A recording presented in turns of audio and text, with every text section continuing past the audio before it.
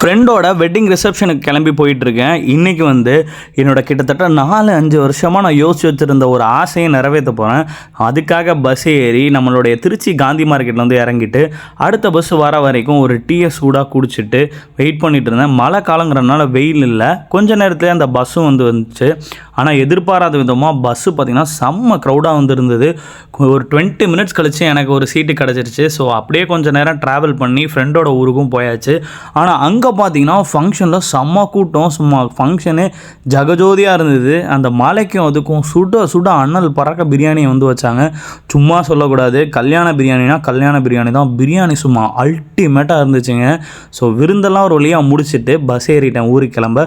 So என்னோடய ஆசை என்னன்னு இப்போ சொல்கிறேன். எனக்கு வந்து நம்ம சிட்டி லைஃப்பில் காரு பைக்குன்னு சொல்லிட்டு டிராஃபிக்லேயே ஓட்டிகிட்டு இருந்திருப்போம்.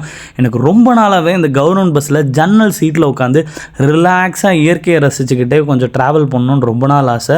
ஸோ அதுக்காக தான் பர்பஸாகவே நான் இன்றைக்கி வந்து கவர்மெண்ட் பஸ்ஸில் வந்திருக்கேன். ஸோ நீங்களும் உங்கள் லைஃப்பில் இந்த மாதிரி சின்ன சின்ன ஆசைகள்லாம் வச்சுருந்துச்சிங்கன்னா வெயிட் பண்ணாமல் நிறைவேற்றுங்க.